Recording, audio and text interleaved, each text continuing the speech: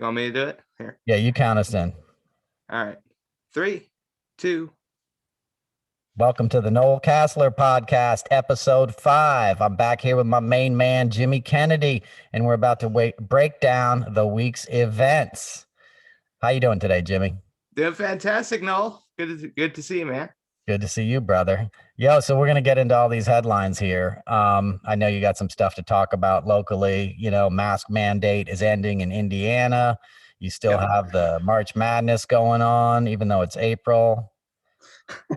Yeah, although it feels like the middle of winter, man, you still have like the polar vortex, just hanging over the Midwest. And for the first week of spring, it certainly didn't feel that way. I hear you. I hear that, bro. It's 28 degrees here in the morning and it's freezing outside. I was just out by the river in the backyard and there's a bunch of icicles on the waterfall. It's definitely cold and we're going to have to get used to that. That's a product of climate change, Extreme weather is the norm now. But a lot going on, including a bunch of stuff with Trump and all of his minions. They continue to chatter and do as they do, trying to disrupt democracy week to week, man. Absolutely. And continue the grift. There's a New York Times article that came out today. We're taping this on Saturday. And, I'm used to Trump being a grifter. That's been his MO. He started his, sort of public life after he built the buildings by opening casinos. And Trump was one of the first guys to bus in people from other states. He would bus in people from the states that now support him, Pennsylvania, Ohio, Kentucky. And he would send these buses, and these old ladies and old men would get on these buses and they'd come in with their Social Security checks and they'd put them into his slot machines and he'd take all their money and then he'd send them home on the bus without so much as a free lunch. He was notoriously cheap, and he had no qualms about taking people's money who were on a fixed income, which to me is reprehensible. I know that all the casinos do it, but it's a horrible thing to do. It's just, so he just did that again, even bigger than the casino grift. The New York Times had a report today that his campaign in 2020 had to refund $122 million because he had him and his minions and, Rush Limbaugh and these guys would be like, Trump needs your money or the socialists are going to win and they'll come and eat your babies and all this stuff. They put so much fear into people that people were, with fixed incomes were sending them what money they had, and the article opens with this story of this poor guy in like Kansas City or something. He's in a hospice. He's got cancer. He gets $1,000 a month disability. And he hears, Rush Limbaugh making a plea to send money for Trump's campaign in October. And he goes online and from his bank account, he donates $500, right? The next day, the Trump campaign takes out another $500. And then the next week, they take out another $500. So they drain like $3,000 from this guy's bank account in the first month because he didn't read the little fine print that said this is a recurring payment. It's like when you join Amazon or something, $12.99, and you don't check the box, they're going to charge you every month, So, but the fact that they would drain this guy's bank account, like basically overnight, that they would take another $500, like that's thievery. That's fraud. It seems like it's bank fraud, and the fact that he did this to these people who could not afford to give it to him. And a lot of people are like, well, I don't feel sorry for them. Well, I do feel sorry for him because Trump preys on the intellectually disadvantaged. These people have been manipulated by Russian cyber ops for the last 5 or 6 years. They're going on Facebook. Like they believe this insanity. They believe Trump is a good guy or is fighting for American values. No, he's not. He's a grifter. He likes Americans so much he once married an American woman. He's been married 3 times. One of the wives was American. Like the guy doesn't care about America. He cares about money and prestige. But the fact that he stole that much money, $122 million last year. This is before the election, or 2020 calendar year, where he made another $400 million on the Stop the Steal. How is this guy not in prison? How is he getting away with the same stuff he's gotten away with for 40 or 50 years? Yeah, I mean, he has protection in the form. I mean, we'll get into the whole week that Matt Gaetz has had. But it seems like, you talked about it in your rant on Twitter, that he has like these human shields that are protecting him from his criminality. And going back to your story about the buses, remember when he had that rally and then he forgot to pick the people up? And this was like during the middle of the winter when they're being especially cold and they're having to walk long distances. Like, the guy is very similar to he reminds me of a televangelist, and the way that they prey on people to give their money to support God and that sort of thing. It's the same kind of tactics that they use. It's exactly the same. I'm glad you brought that up. It's exactly the same as a televangelist, and it preys on these things that are ingrained in people.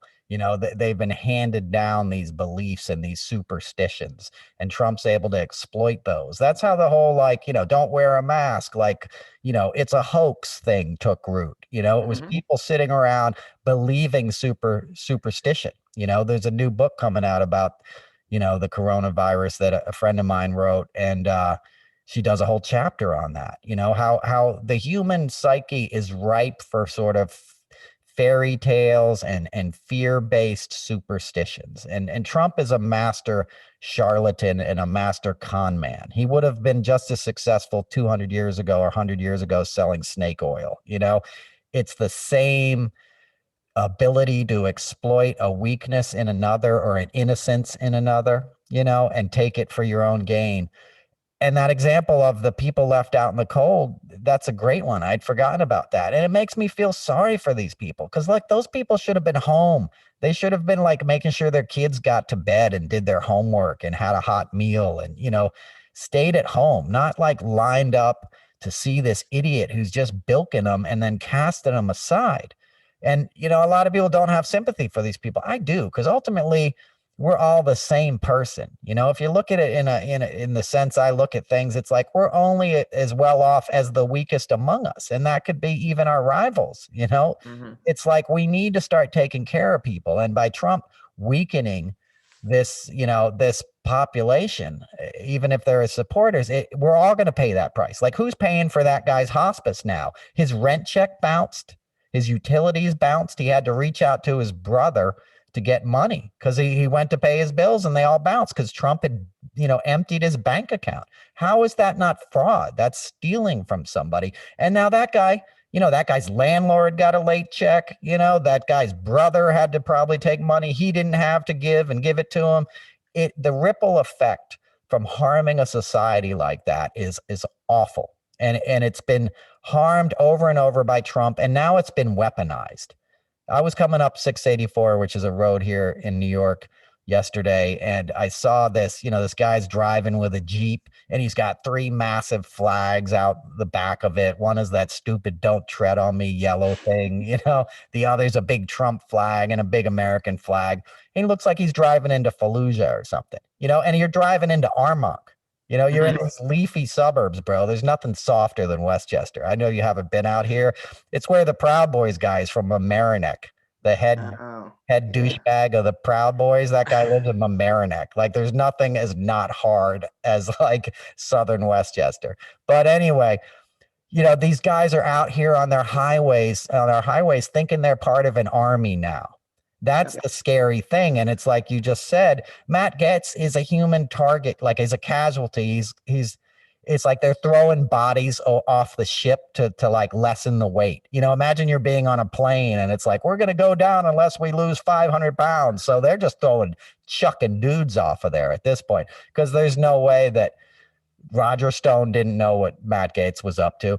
There's no way that Matt Gaetz didn't show Donald Trump those pictures. If he's showing them to Jim Jordan and whoever else, his little cackling buddies on the floor of Congress, he's definitely showing them to Trump, who would want to see them. That if you meet Trump, that's about 90% of what he talks about. How much, I won't use a bad word, but how much women's body parts he gets and how much do you get? And do you want to see what he just got?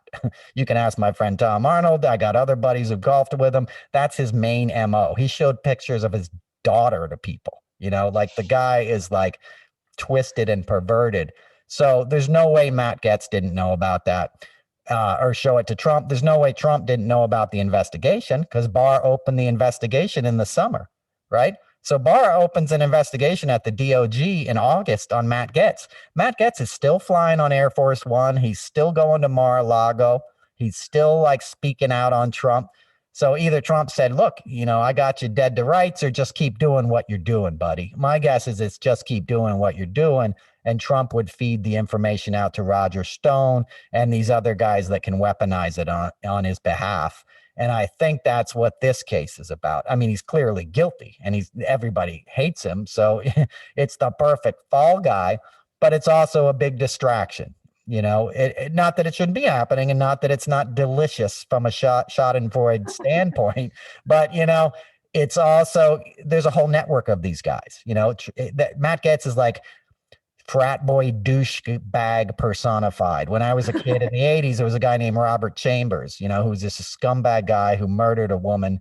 And he used to hang out at this bar called Dorian's Red Hand on the Upper East Side. And it was where all these prep school like idiots hung out. And Robert actually wasn't that rich, but he wanted to be in with these kids. And this bar sort of attracted these people that were above the law. And Matt is the perfect example of that. The guy should have gone to jail for DWIs, DUIs or whatever in college. And he got out of 2 of them because his dad was a powerful state senator and a wealthy businessman.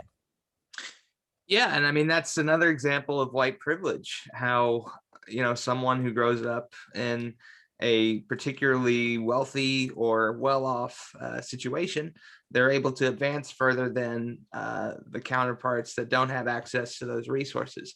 I mean, when you consider the fact too, Barack Obama was the editor of the Harvard Law Review, like the guy is an educated person and had to be at the top of his class at one of the top law schools in the world in order to be president of the United States.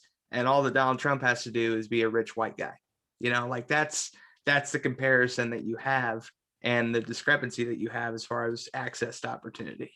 Yeah. And it's also what they're fighting to protect, because that's been working fine for these guys forever. Yeah, I know my kid's an idiot, but get him a job at the firm. I promise he won't cause that much trouble. The old lady's giving me a hard time. She needs him to meet a nice girl. We need some grandkids. Yeah, he's a fuck up, but he did go to Penn, and just give him a job and he'll join the country club and he'll acclimate. And, some guys do. And then some guys are clearly bad seeds in a way. Donald Trump Sr. was that kind of dude. Scrump, Don Jr. was that kind of dude. They called him date rape Donnie at Penn. I know you were in frat, they would warn the other girls like at the parties, like stay away from that dude because he'd get in blackout drunks, and they get away with it.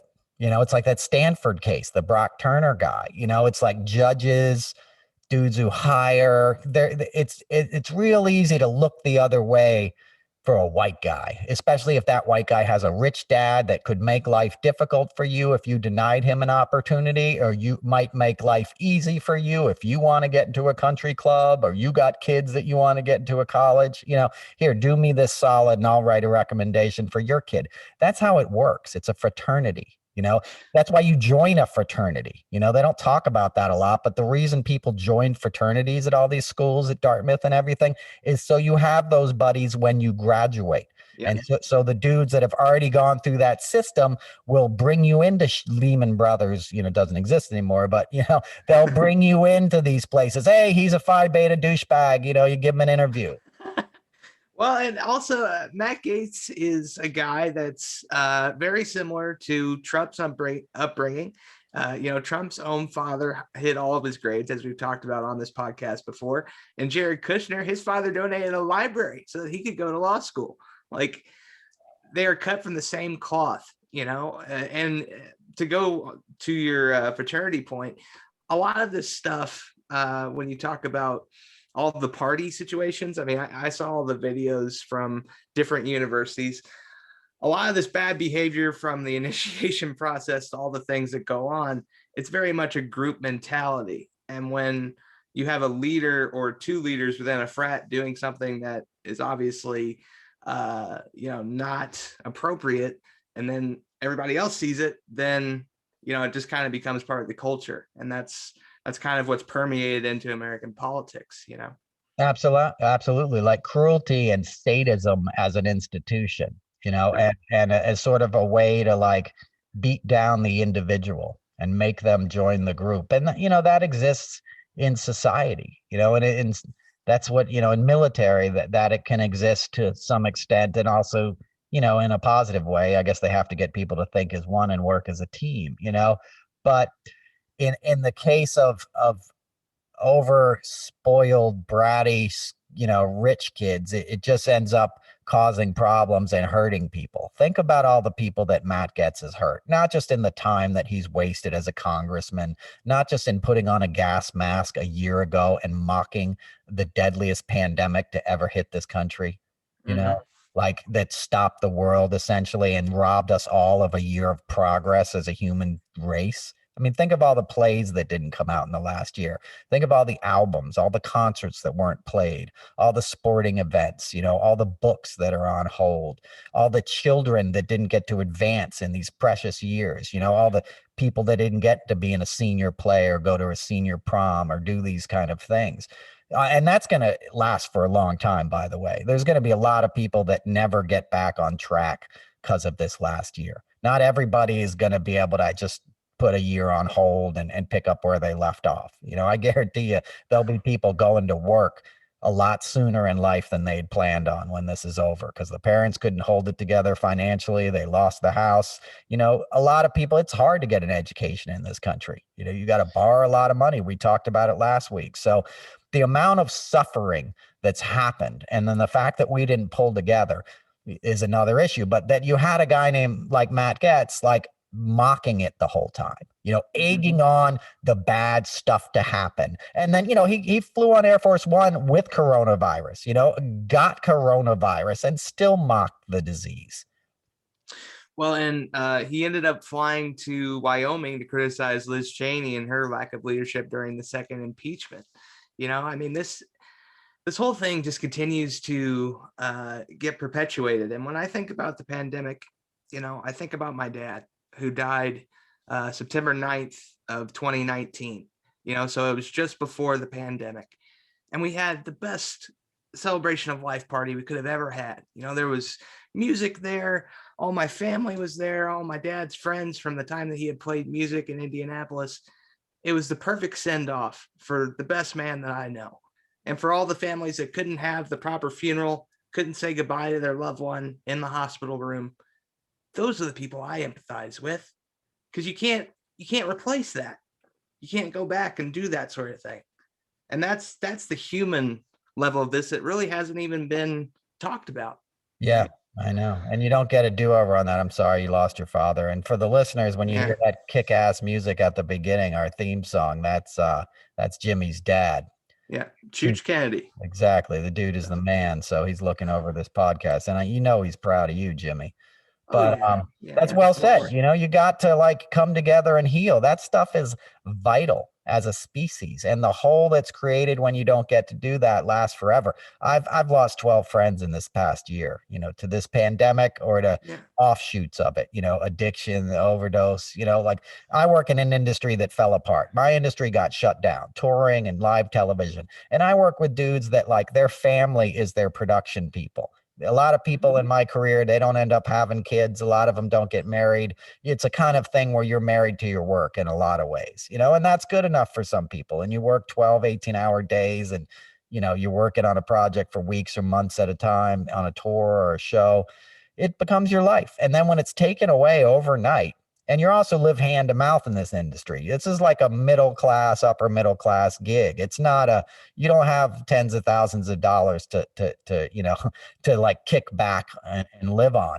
We didn't get to work over Zoom. Our jobs went away instantly. I don't mean me as a comedian. I'm talking about my previous profession in television production and tour management.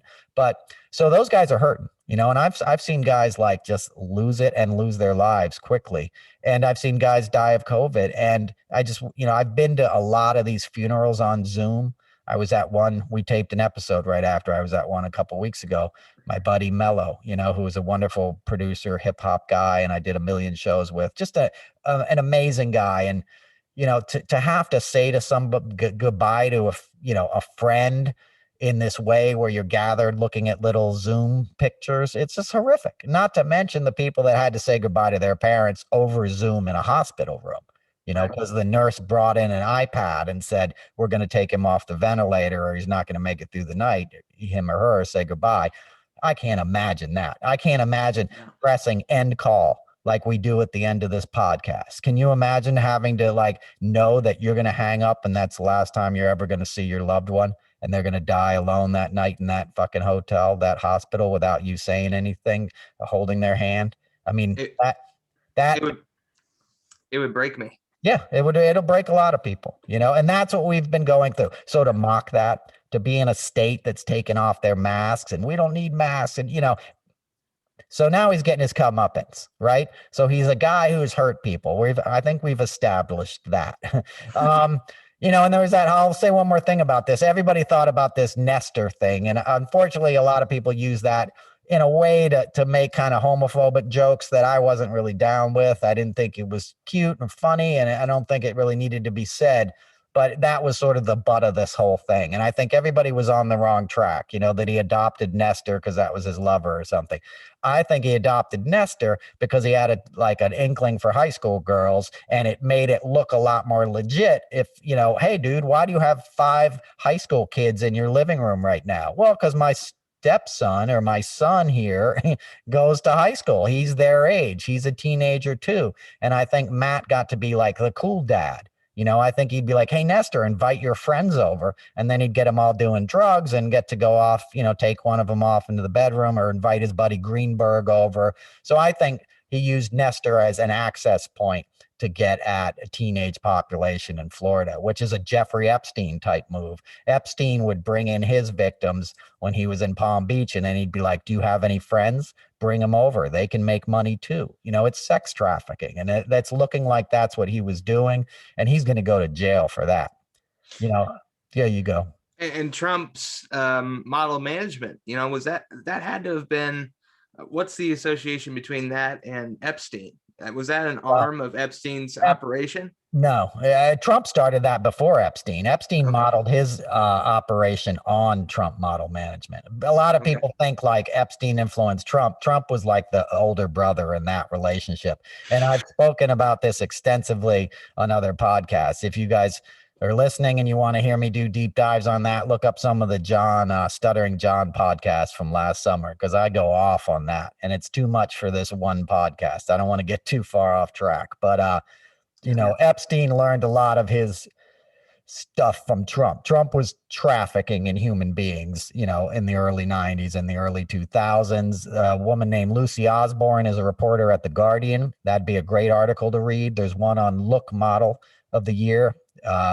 The Casablancas, John Casablancas, had elite model management, and he would do a contest called Look Model, Look of the Year or something. And they'd bring in these teenage girls from Europe and stuff, and then basically like pawn them off at these parties with like these middle-aged businessmen. And Trump was always there. They did it on a boat and stuff off of Battery Park City, which is part of Manhattan, like skeezy, scummy stuff. Trump would put these girls up in these apartments. He had one of them on the Lower East Side where there'd be like 6 bunk beds in a room. No AC, like this hot little room, 6 girls sleeping in it. And he would charge them over $2,000 a month rent. And then, or he'd charge them like fees for their visas and stuff, or for their travel to come over. So he basically had them as indentured servants and then used them how he saw fit. He'd bring them to parties at the plaza and, have his Coke parties with his buddies. I mean, it was some unseemly stuff that he was able to get away with because he had police protection. That's why he always has NYPD guys. Keith Schiller's an ex-NYPD narcotics guy. He had all these thug guys around him, and he had a lot of money, and his name was on the side of a building. And you were a poor girl from Poland, who wanted to be a model at 15. You didn't have a lot of recourse when you got over here and you got exploited and taken advantage of. So again, like we said at the top of the show, Trump is a predator. He sees a weakness in somebody, whether that's you're going to buy this BS and I'm going to drain your bank account, or you want to be a model and you're a hot 15-year-old and I'm going to pimp you out to my buddies, or use you for my own gains. That's what predators do. They take from the world. And that can exist in a way in sort of wealthy white society that it doesn't in other places. Epstein got away with what he got away with because he insulated himself. He was wealthy enough that he could also, fund research at Harvard and get Harvard to give him honorary doctorate or whatever they gave him, and he could have Clinton and other people hanging out with him. Bill Clinton, who I've worked with Bill a lot. I like Bill Clinton. Obviously, he might have gone over the line there with Jeffrey, and that's a whole different thing. But, he would have people around that made him legitimate. Jeffrey Epstein lived at number 11 East 90 or number 9 East 71st Street, right? It was Epstein, Howard Lutnick, who owned Cantor Fitzgerald. If you remember hearing about Cantor Fitzgerald in 9/11, that was the big finance company that 700 people died and stuff. Very wealthy guy in New York. Right across the street, across Madison on 71st is a side entrance to 740 Park Avenue. That's where the Koch brothers live, and 6 other billionaires live there. So when you're in these wealthy enclaves, when you're in Lenox Hill neighborhood in New York City, when you're in Palm Beach, when you spend money on charities, people look the other way. Ghislaine Maxwell would come to events I would do. She would come to a thing called the Angel Ball every year, which is a big research for cancer research, charity. So if you have money, you can insulate yourself from scrutiny. And that's what we've seen. Look at Weinstein, that's what happens. Like if you get a certain amount of power and wealth, you can do anything you want in this country. So this younger generation, Matt Gaetz, thought he could do the same thing too.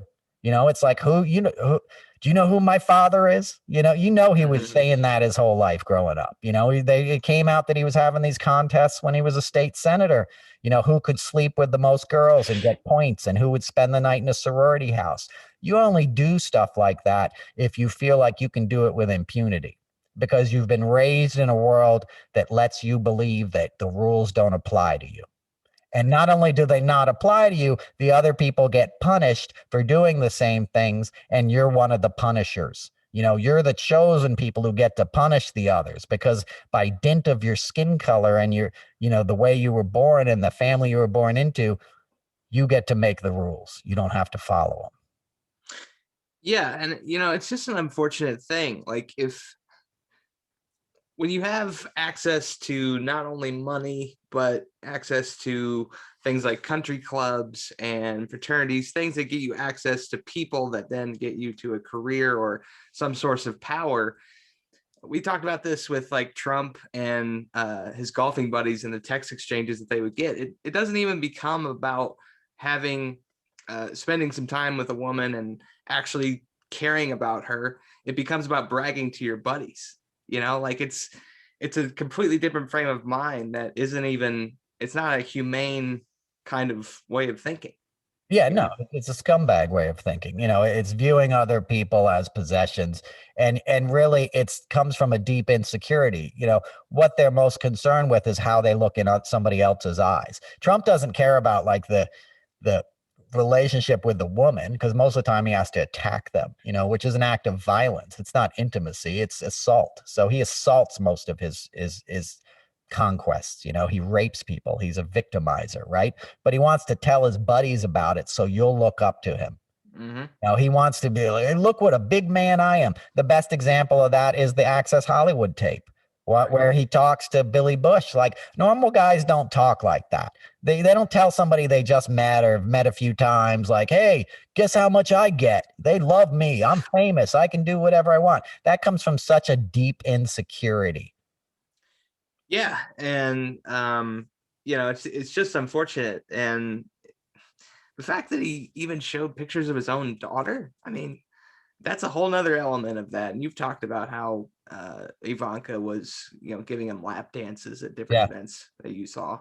Yeah. So it's just he's twisted. It's criminal. It's criminal. Yeah.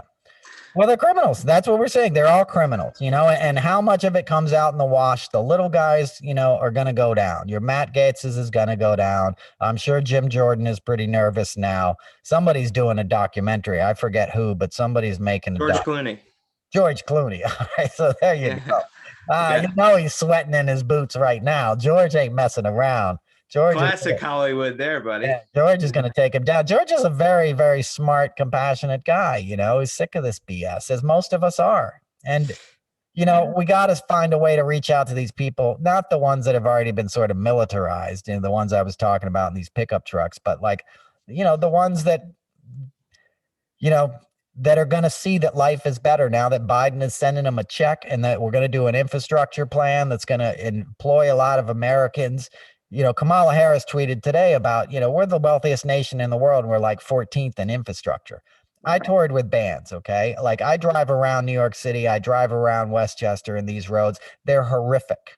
They're horrific. The potholes are massive. It's like insane how bad our roads are and how bad our bridges are and stuff. When you're in England and you're on the highway, it's smooth. When you're in Denmark and Germany, forget about it.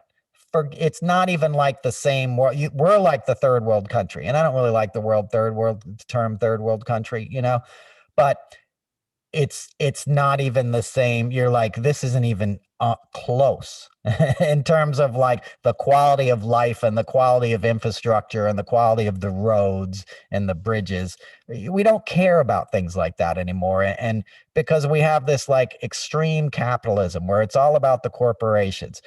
Amazon doesn't pay any tax. They're not paying any taxes. Who's driving on these roads more than Amazon? They're delivering 24 hours a day. Every other truck I see on the road right now has a big picture of Jeff Bezos's penis on the side of it. That's what that arrow is. The arrow? Yeah. The swoosh in the arrow. It's a representation. Yeah, I think he's all punking us. I think he just sketched a picture of his junk and he's like, here, make this a new logo. But my point is, like, they're using more resources than anybody. They're driving every day. They're polluting our air. You don't think those big trucks are pounding those potholes worse? Not to mention all these big jacked up pickup trucks aren't being nice. They're doing some damage too. But it's like, you have to pay for this stuff. You have to pay your fair share. It doesn't trickle down. These corporations don't turn around and hook everybody up with their largest. They keep it and then try to go to outer space with it. They get so much money that they're like, I'm going to build a rocket ship and get out of here. No, why don't you build a school for your employees' kids? Why don't you give them a health care plan? Why don't you take care of the country that just gave you so much? But we don't see it that way. We don't see that we're only as well off as the least among us. New York City right now is horrific. There's people sleeping and living on the streets everywhere. Everywhere. I've been there in the 70s, the 80s, the 90s. It is as bad now as it has been. It's not quite the like late 70s thing because there isn't like the sort of economic downturn in the rest of the country that there was then. But man, it's bad. So my point is, we have to start seeing civic duty and paying taxes and taking care of everybody and everything as a virtue. As something that like we can be proud of, that we want to have safe roads to drive on, that we want to treat each other with compassion, that we want to have schools and healthcare. And, we want to lift people up, because when you do that, you get all the benefits of that. When you divide people and when you let things degrade, everybody suffers. You can't insulate yourself from the bad roads. No matter how rich you are, you got to drive on them, Yeah, and I mean, the public highway system, the public education system, Social Security, we all pay into those things. It's a public idea, but Republicans have always been about privatization. They're hopeful that the post office won't be operating in a couple of years and that Jeff Bezos is going to try to install, his own version of the post office and charge people to get an Amazon Prime account in order to get their mail. That's probably the hope for most folks in the GOP. Is that these government services that have been part of the bedrock of American democracy are just going to continue to be eroded and further privatized in the future. Absolutely. And that's also Putin's hope. That's why he got Trump elected. He wanted to destroy this country. He wanted to destroy the infrastructure. The post office thing drives me nuts. We sent a letter that needed to get to somewhere by a certain time or you pay penalties in January, and it still hasn't gotten there. Had to send in another check and pay a penalty, So how many times over has that happened? Like we were saying about this other thing. How many people have been hurt by getting their prescriptions late, by getting late fees on their credit cards, on all their utilities? You can't afford that. When you live paycheck to paycheck, you can't afford that $50 late charge or that $500 more late charge if it has to do with your property taxes or something, you know? We had a working postal system and a guy came in and destroyed it and was like, what are you going to do about it?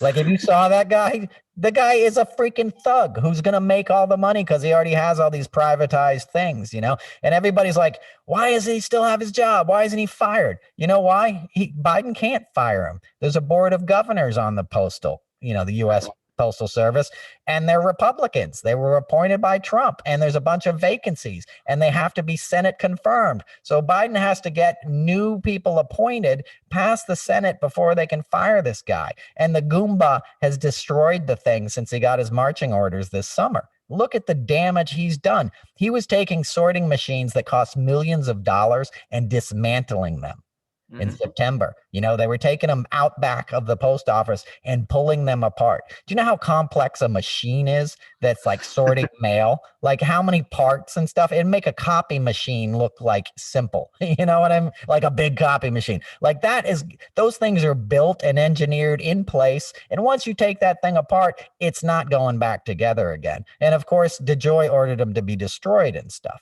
You know, they had to get an injunction to stop him from like destroying the machines, and he did it anyway because he knows he's going to win. And if he doesn't win, he wins. What are you going to do to me?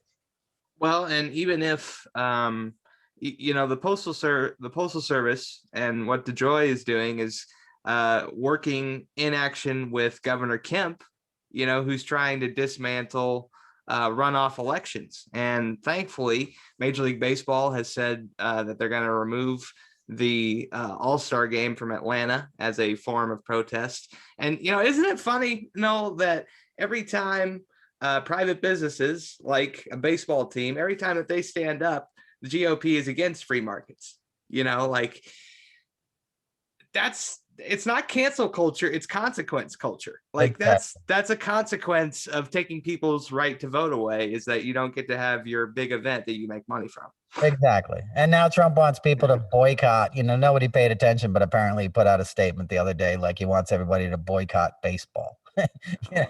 The great patriot, you know, the great American president now wants you to boycott the most American thing there is. What's next? Apple pie. You know, what's more American besides baseball, apple pie, and racism? Let's be honest. Racism's a very, you know what? Guns, you know, what's next? Like, let's boycott guns. That's what we need to do. We need to figure out a way to think that like the gun manufacturers are against the GOP, you know, and good for baseball. Good for them for standing up. I know a lot of people are saying, and I've gotten pushback. I think we've discussed this before. I didn't call for a boycott in Georgia. I said, I'm boycotting it. I'm not buying anything from there. I'm not spending any money there. And I told you I stopped working on the Super Bowl after Kemp stole the election from Stacey Abrams in 2018. I said, I'm not going down there. The 19 February Super Bowl was in Atlanta. I was like, nope, I'm not spending any money in those hotels. I'm not ordering room service, you know, because I just couldn't bring myself to like pretend like it was business as usual. And in this instance, you have to do something. I know people are like, oh, well, the people are going to suffer on the ground. Well, we're going to have to find a way to make sure they don't suffer. You know, we'll have to work around that, but you have to hit them where it counts. You have to hit them at the pocketbook, because if you let it go on, nothing is going to change. And Stacey Abrams was brilliant in the last, you know, in this recount, you know, runoff election in January, but that ain't going to happen next time because they basically dismantled those runoff elections in this bill he signed. You know, he severely limited all the kind of things that allowed us to send Warnock and Ossoff to the Senate. So they basically was like, well, we're going to make sure that shit never happens again. You know, that's basically the bill. So you better fight it now because you're not going to have a chance to fight it in 2022. It's going to be too late. And you're going to have racist little schmucks like Governor Kemp calling the shots for too long. Not to mention Marjorie Taylor Greene, though I've been doing the Marjorie Taylor Greene workout. It's working pretty well for me. I slipped a couple discs and I probably won't walk past 53, but you know, did you see her? She looks like one of those plastic displays that you would see at like a car wash or a car dealership, you know, that's flailing around and all that. Yeah. I mean, and I have a nickname for Marjorie Taylor Greene if she's listening.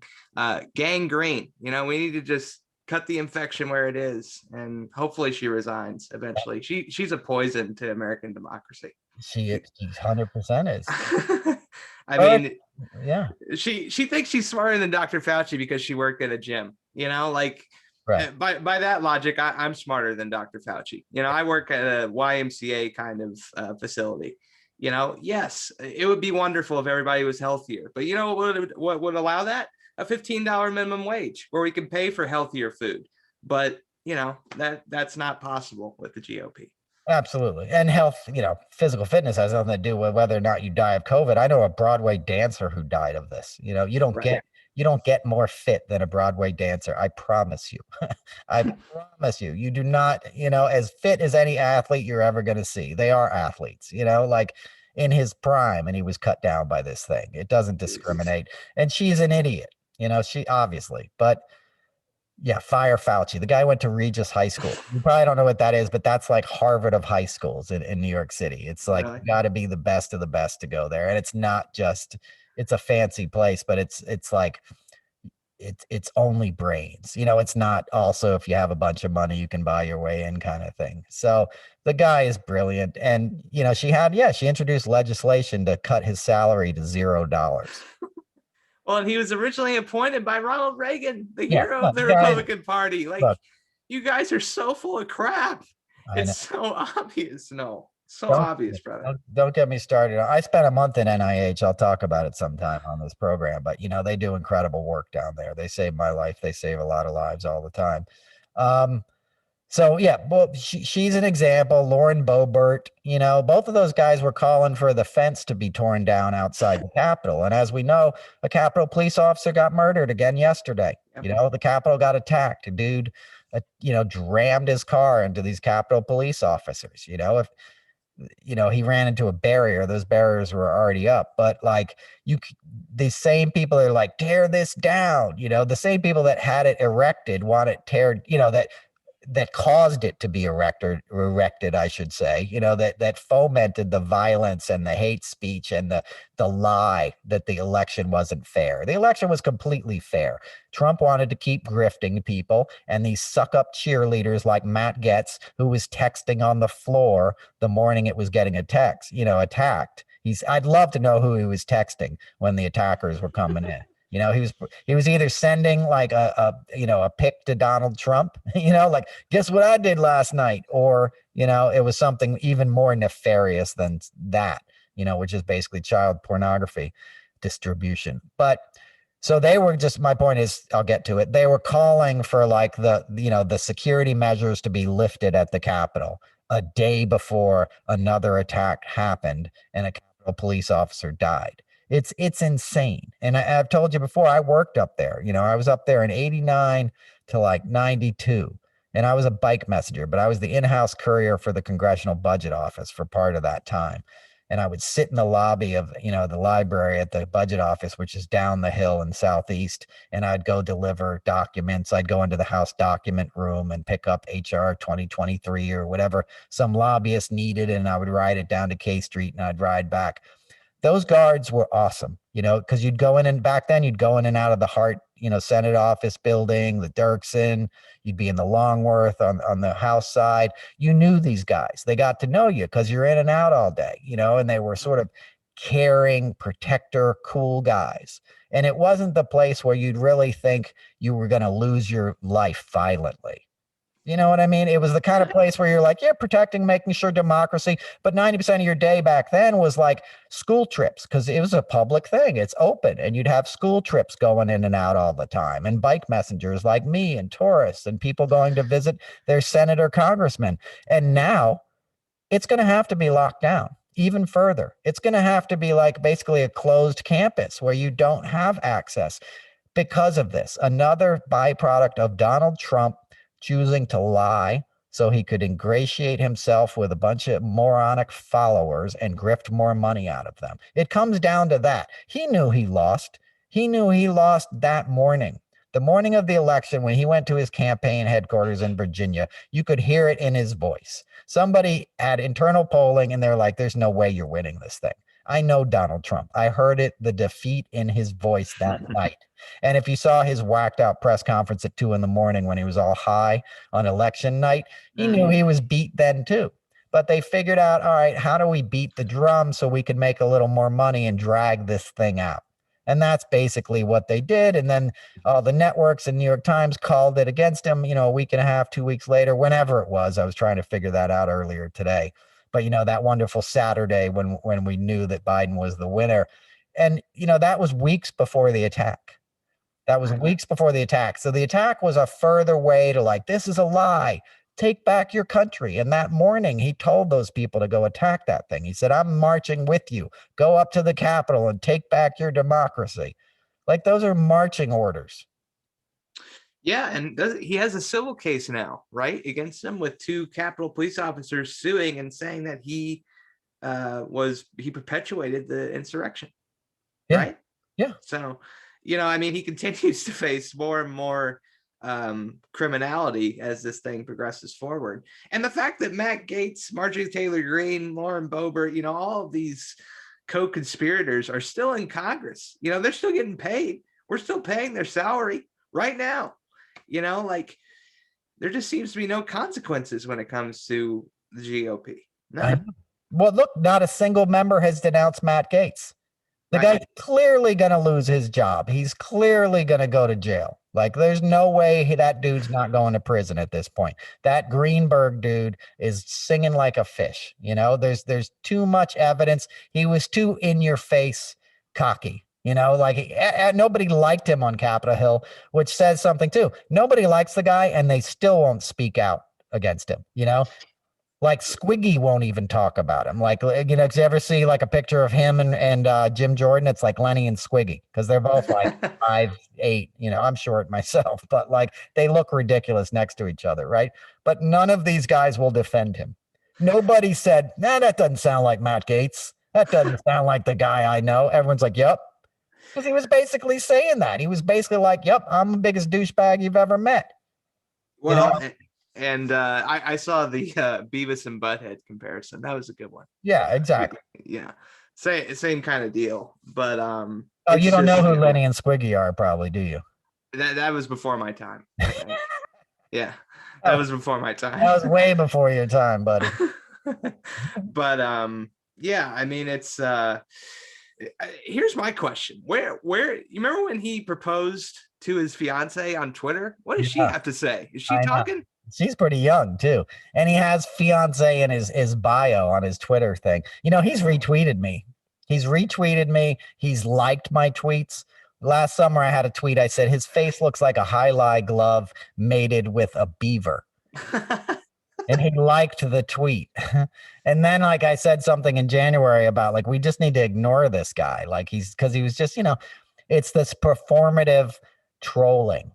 That's what Marjorie Taylor Greene is doing. That's what Lauren Boebert is doing. They're just sort of following this Trump model of any news, any press is good press, essentially. So let me just control the narrative by being as obnoxious as I can be. So I told people that they should ignore him in a tweet and tagged him in it, and then he retweeted it and was like, how's it going ignoring me? There's nothing beneath that guy in terms of publicity, but now he's quiet. He's not tweeting anymore.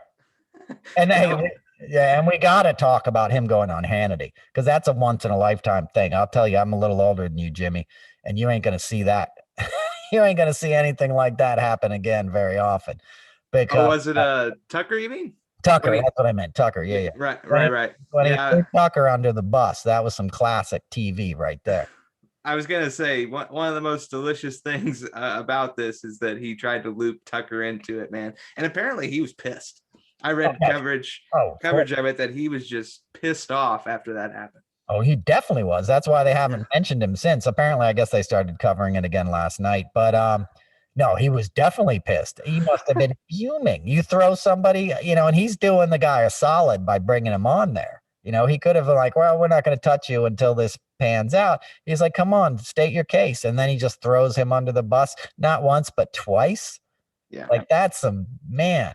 That is some crazy stuff, and it couldn't happen to a nicer guy than Tucker Carlson. I mean, nobody feels any sympathy. And it'd be funny if Tucker was now a witness and had to get called, in some No kind of kidding. case. But yeah, but after that happened, they clearly said like this guy's never coming on this network ever again.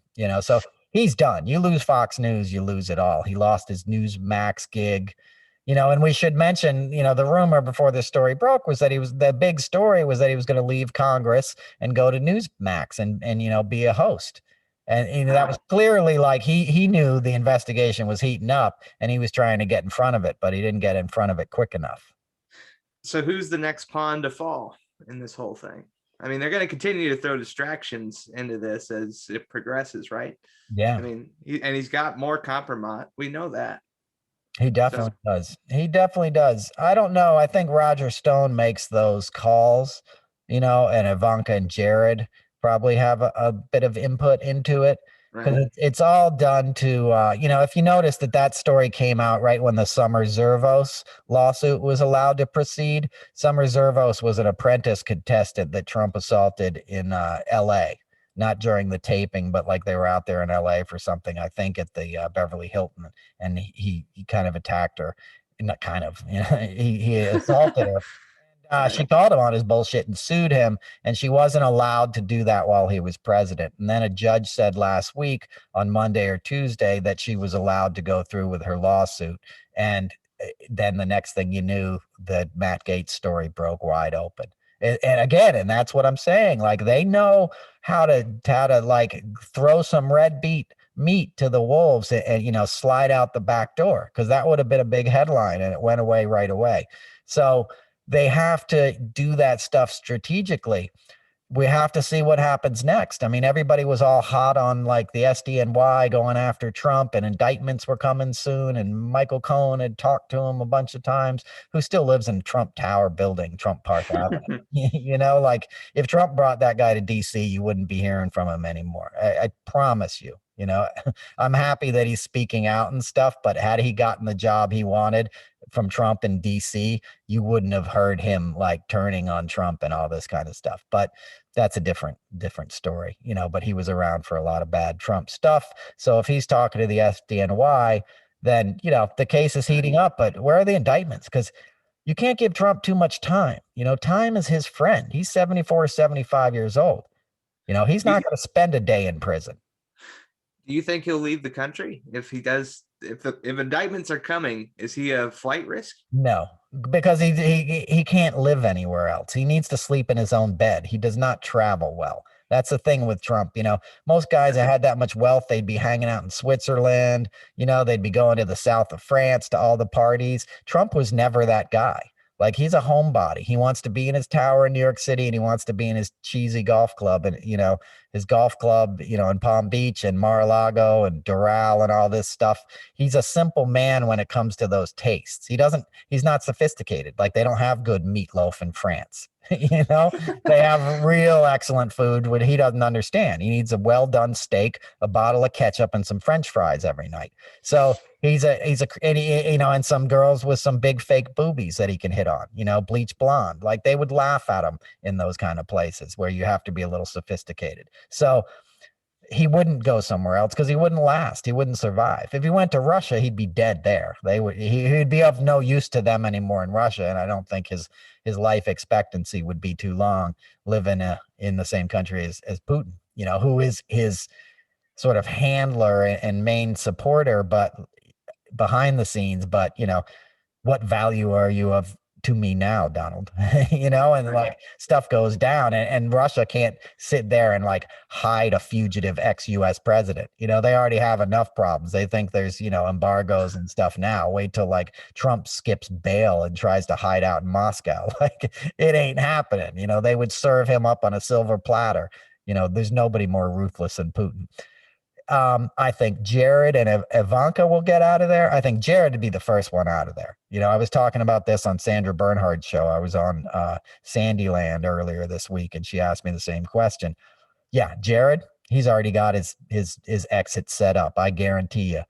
He's got a plane ready to go at some private airport in Miami somewhere, where he could be in Israel or he could be in UAE or KSA, Kingdom of Saudi Arabia. He'll be out of here in a heartbeat. Guy like that could live out his time in exile. And he's a young man. He's like 30, 40 years old or something, 35, 40 years old, probably Yeah. 40. I don't know. He's young, So is Ivanka. So I could see them skipping town. Jared mostly, because they'll start to throw each other under the bus is the other thing. They're all like a snake pit. They can all turn on each other. John Jr. hates Ivanka. Ivanka and Jared have a marriage of convenience. Like nobody trusts anybody. It's Game of Thrones. It's like that family, the Lannisters or whatever. Yeah. And Trump doesn't care about anybody but Trump. He'll throw them all under the bus. He likes Ivanka, but if she turns on him, he'll turn right back on her. So no, I don't see them escaping. I see like their last stand is in Florida. They got Governor DeSantis down there to protect him. It's like I said a couple episodes ago, he could hole up in Mar-a-Lago, and what are you going to do? What are you going to do? You're going to send the FBI in there. They're going to knock down the gates and go after Trump with all his private security and his, Secret Service, which he had extended for 6 months, when he left office. Like, it's a thing that I don't think this country has the stomach for. That's why I don't think he's going to get arrested. I know everybody thinks like, oh, he's going to jail. He's going to down. Nobody wants to see that more than me, or maybe his female victims. They definitely do and deserve to see it. And I hope they do.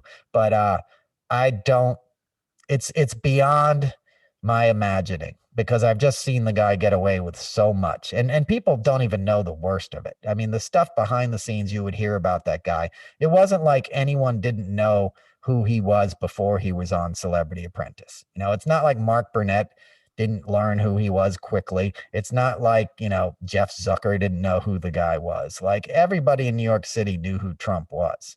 Okay. I guess people in the rest of the country didn't. And they're like, wow, he's a billionaire married to a supermodel. He's got business acumen. He's going to drain the swamp. It's like, no, he's going to steal every piece of silverware in the White House, destroy this country, and then ride off into the sunset.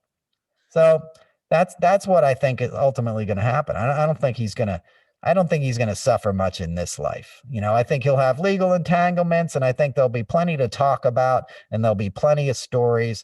But as we started this show, a guy who got away with stealing $120 million in a year from his supporters and didn't go to jail for it then, he ain't going to jail for it now. It's not even a crime. How is that not a crime, Well, and we've talked about it. I know that you did a little bit on my show.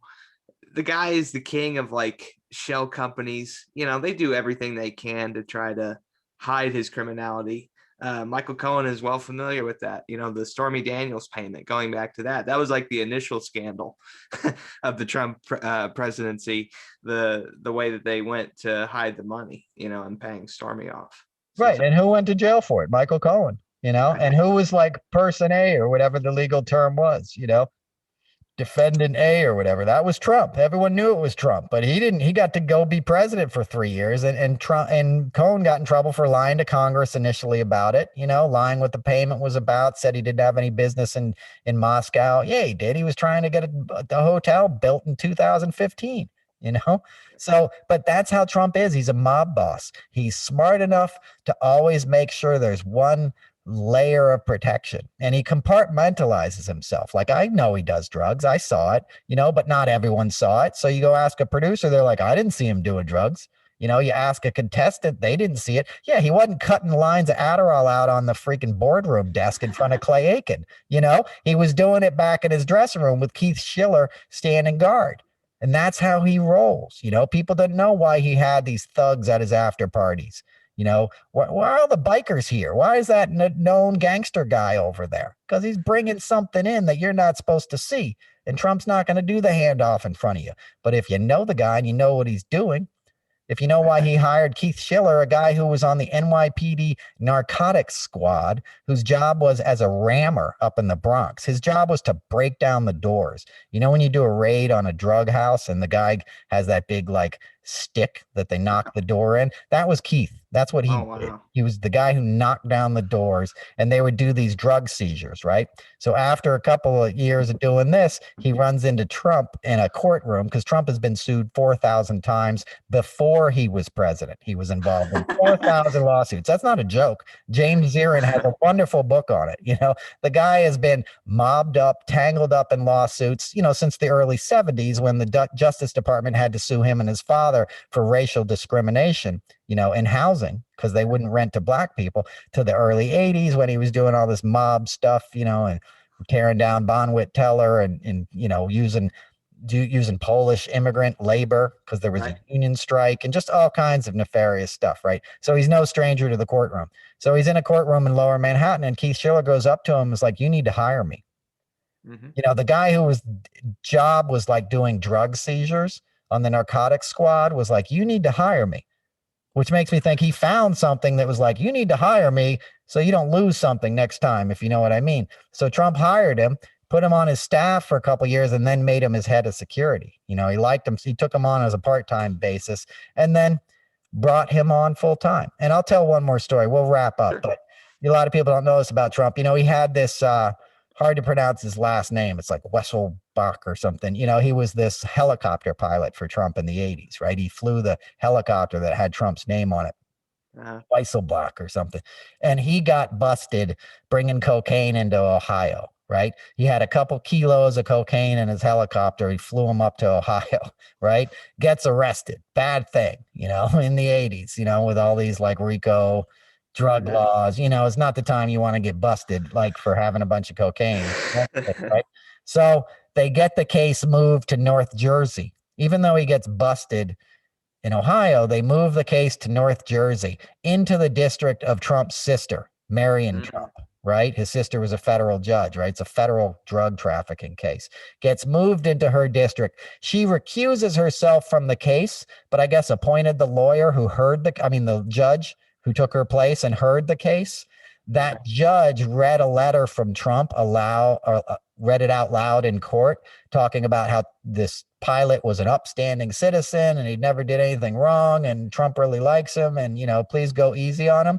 The judge gave this guy like 13 months up here in Danbury, near where I am, a federal prison, which is like a slap on the wrist for carrying kilos of cocaine. Okay. You have a freaking an ounce of crack and you're doing mandatory life sentence if you're a person of color, but this white guy who worked for Trump, not only gets his case moved out of Ohio into, a sympathetic courtroom in North Jersey, then he gets basically a slap on the wrist, goes up to Danbury, gets out within a year and buys a condo in Trump Tower. Where you could buy cocaine for most of the 90s and 80s and stuff. Like if you were a white guy and worked in Wall Street, that was where you went to buy cocaine because there was all these poker dens and things like that where you could buy it. You would be protected because the NYPD was kind of on Trump's side. You're a white guy going into a fancy building on Fifth Avenue. It wasn't like you were buying it on the street up in Harlem and stuff, from a person of color who would go to jail for selling. It was sort of that backroom, boardroom kind of drug use that's accepted. Same people doing the drugs, right? Same drug, rather, different people paying different penalties for doing it, So this guy who had been involved in drug trafficking and does a stint in federal prison, all of a sudden has enough money when he gets out to buy a condo in Trump Tower and thank the boss, where you could continue to buy cocaine for the next, for decades to come.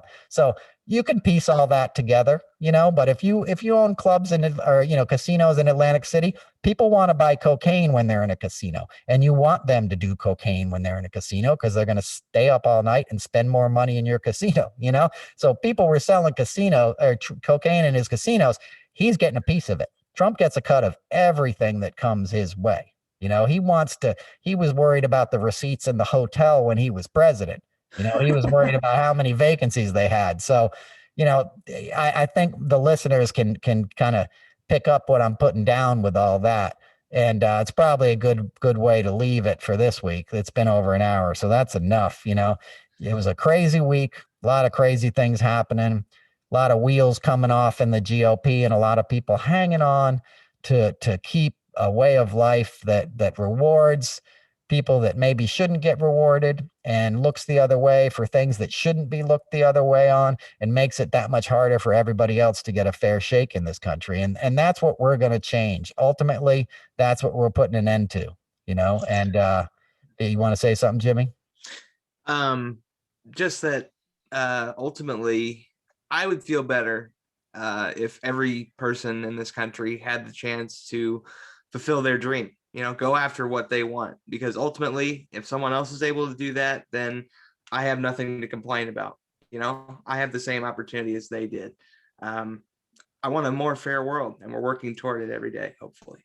Absolutely. And we're going to not, that's a great way to close out. We'll pick up on that next week, lost potential.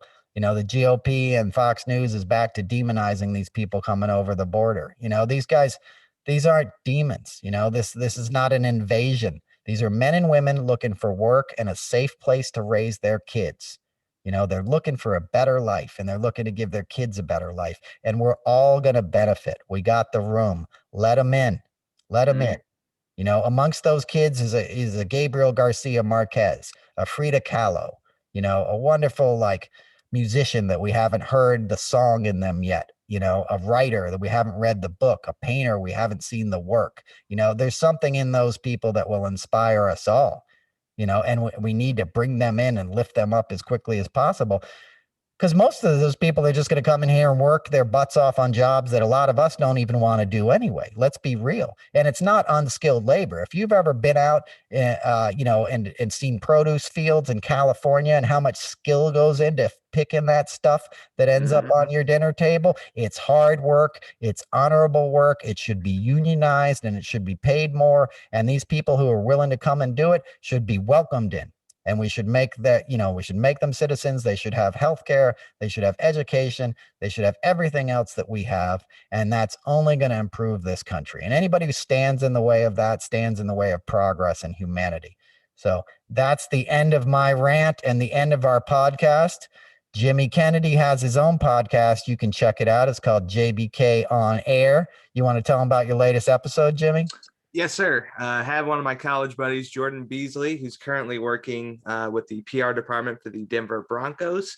One of the best guys I know, and has a great future ahead of him in media. Great story of inspiration that you should hear. You can hear it at jbkonair.com, or search JBK, my initials, on air on your podcast app, and it should come up. So, well, there you go.